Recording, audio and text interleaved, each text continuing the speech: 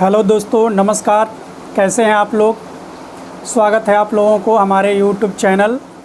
दोस्तों फिर एक बार आप लोगों से इतिहास जानने के स्रोतों के बारे में चर्चा करूंगा। पिछले वीडियो में हम लोगों ने साहित्यिक स्रोतों में ऋग्वेद के बारे में चर्चा किया।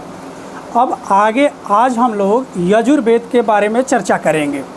ठीक है, तो देखिए, साहित्यिक स्रोतों से हमेशा क्वेश्चंस पूछे जाते हैं और साहित्यिक स्रोतों में क्या है कि ऐसे अनेक क्वेश्चंस जो हैं वह इसमें समाहित होते हैं, जो कि हिस्ट्री से बार बार क्वेश्चंस यहाँ से पूछे जाते हैं, चाहे वो आपके स्टेट पीसीएस के लेवल से हों, यूजीसी लेवल से हों, आईएएस के लिए हों या अन्य एग्ज़ामों में पूछे जाते हैं।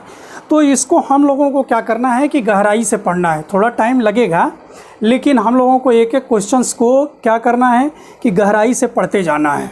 ठीक है, तो चलिए हम लोग शुरू करते हैं। यजुर्वेद पे अपने टॉपिक पे आते हैं। यजुर्वेद जो है, हम लोग चर्चा ये किए थे कि देखिए ऋग्वैदिक काल का क्या समय क्या है। 1500 ईसा पूर्व से लेकर के 1000 ईसा पूर्व के काल को हम लोग कहते हैं ऋग्वैदिक काल, और 1000 से लेकर के 600 ईसा पूर्व के काल को कहते हैं हम लोग उत्तर वैदिक काल। ठीक, इन्हीं उत्तर वैदिक काल में 3 वेदों की रचना होती है। उत्तर वैदिक काल में कितने वेदों की रचना होती है? 3 वेदों की रचना होती है। और ऋग्वैदिक काल में केवल 1 वेद की रचना होती है, यानी ऋग्वेद की रचना होती है। तो उत्तर वैदिक काल में जिन जिन वेदों की रचना होती है उसमें क्या है? यजुर्वेद है, सामवेद है और अथर्ववेद है। ठीक, अब इनकी रचना क्यों होती है? देखिए, हम लोगों ने चर्चा किया था कि ऋग्वैदिक काल में केवल मंत्रों के माध्यम से देवताओं को खुश करने का प्रयास किया जाता था। किसके माध्यम से? मंत्रों के माध्यम से। वहाँ पे मैंने ये भी चर्चा किया था कि वहाँ पे यज्ञ की अवधारणा नहीं थी, लेकिन जैसे ही हम उत्तर वैदिक काल में आते हैं तो उत्तर वैदिक काल में यज्ञ की अवधारणा आ जाती है, यानी देवताओं को प्रसन्न करने के लिए बड़े पैमाने पर यज्ञ होना शुरू हो जाता। तो देखिए, जब यज्ञ की अवधारणा आएगी तो यज्ञ के लिए सबसे पहली ज़रूरत चीज़ क्या है? तो यज्ञ के लिए ज़रूरी है कि यज्ञ की वेदी होनी चाहिए। यज्ञ की क्या होनी चाहिए? वेदिकाएं होनी चाहिए। तो यही यजुर्वेद में यज्ञ की वेदी का वर्णन मिलता है। किसमें मिलता है? यजुर्वेद में। यजु का अर्थ ही होता है क्या? यज्ञ। यजु का अर्थ क्या होता है? यज्ञ। और इसमें वेदी बनाने की विधि का उल्लेख हमें पहली बार मिलता है। ठीक, यजुर्वेद में गणितीय संरचना का भी पहली बार उल्लेख मिलता है। क्यों? क्योंकि जब हम किसी वेदी का निर्माण करते हैं तो उसके लिए हम लंबाई लेते हैं, चौड़ाई लेते हैं, ऊंचाई लेते हैं।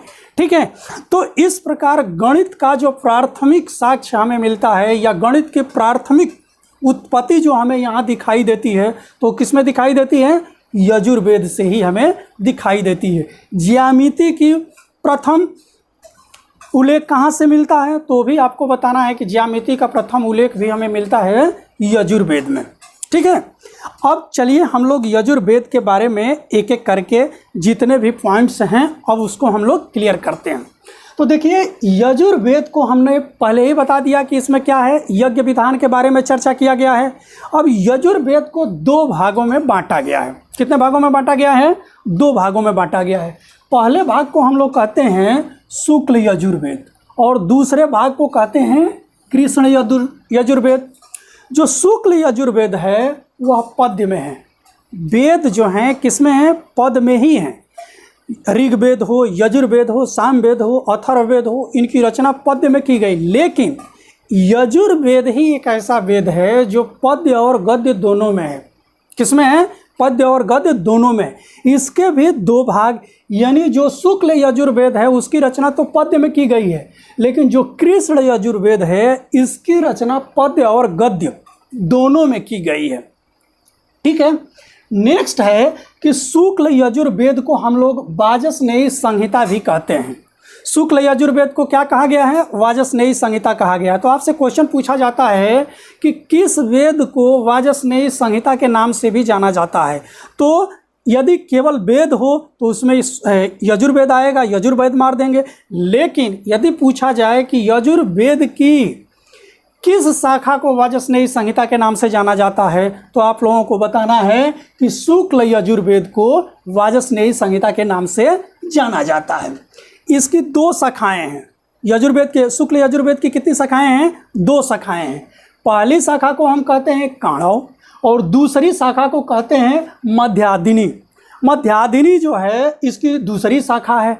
उसी तरह से हम कृष्ण यजुर्वेद को भी 4 शाखाओं में बांटा गया है। कृष्ण यजुर्वेद को कितनी शाखाओं में बांटा गया है? 4 शाखाओं में बांटा गया है। पहले की शाखा को क्या कहते हैं? काठक संहिता। दूसरे को कहते हैं कपिस्थल संहिता। तीसरे को कहते हैं मैत्रेयी संहिता और चौथे को कहते हैं तैत्तरीय संहिता। ठीक है। अब देखिए, जो इसकी मैत्रेयी संहिता है, मैत्रेयी संहिता में स्त्रियों को सर्वाधिक निकृष्ट वस्तु यानी गिरी हुई वस्तु के रूप में वर्णन किया गया है। मैत्रेयी संहिता में स्त्री को पुरुष के लिए जुआ और शराब के बाद तीसरी बुराई के रूप में देखा गया है। किसमें? मैत्रेयी संहिता में। यदि आपसे क्वेश्चन पूछा जाए कि सूरा और जुआ के बाद तीसरी बुराई स्त्रियों के बारे में किसमें कहा गया है? तो मैत्रेयी संहिता में कहा गया है। ठीक है। अब हम लोग नेक्स्ट आते हैं। अब देखिए, ये हम लोगों ने इसको तो बांट दिया कि ये कितनी कितनी इसकी शाखाएं हैं। अब फिर वही बात जो हम लोगों ने वहाँ पे चर्चा किया था। मैंने कहा कि सारे वेदों की क्या हैं? ब्राह्मण ग्रंथ हैं, उपनिषद हैं, आरण्यक हैं। तो इसके भी ब्राह्मण ग्रंथ हैं। यजुर्वेद के ब्राह्मण ग्रंथ जो हैं यह कितने हैं? 2 हैं। यजुर्वेद के ब्राह्मण ग्रंथ कितने हैं? 2 हैं। पहले ब्राह्मण को हम कहते हैं शतपथ ब्राह्मण। कौन सा ब्राह्मण? शतपथ ब्राह्मण ग्रंथ। शतपथ ब्राह्मण ग्रंथ। और दूसरे को कहते हैं तैत्तरीय ब्राह्मण। ठीक। अब देखिए, शतपथ ब्राह्मण में स्त्री को पुरुष की अर्धांगिनी कहा गया। अर्धांगिनी का मतलब होता है आधा अंग, यानी पुरुष का आधा अंग स्त्री को कहा गया है। किसमें? शतपथ ब्राह्मण में। ठीक है। अब देखिए, इसका उपनिषद क्या है? तो यजुर्वेद के उपनिषद हैं कठ उपनिषद, ईशो उपनिषद और श्वेताश्वर उपनिषद। ये 3 इसके क्या हो गए? उपनिषद हो गए। एक क्वेश्चंस पूछा जाता है कि किस उपनिषद में भक्ति की अवधारणा मिलती है, यानी पहली बार भक्ति का उल्लेख किस उपनिषद में किया गया है। यह क्वेश्चन कई बार पूछा गया है। स्टेट पीसीएस में भी पूछा गया है, आईएएस के एग्जाम में भी पूछा गया है और यूजीसी नेट में भी पूछा गया है। तो इस क्वेश्चन को आप लोगों को रट जाना है कि देखिए, भक्ति की अवधारणा जो है श्वेताश्वर उपनिषद में मिलती है।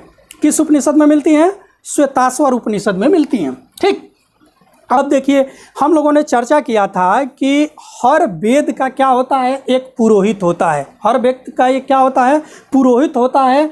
तो जिस तरह से हम लोगों ने ऋग्वेद की होता है, उसी तरह से यजुर्वेद का पुरोहित अधुर्वा है। कौन है? अधुर्वा। ठीक है। तो अधूरी या अधुर्वा उसका नाम बोला जाता है। इसमें बलिदान विधि का वर्णन है।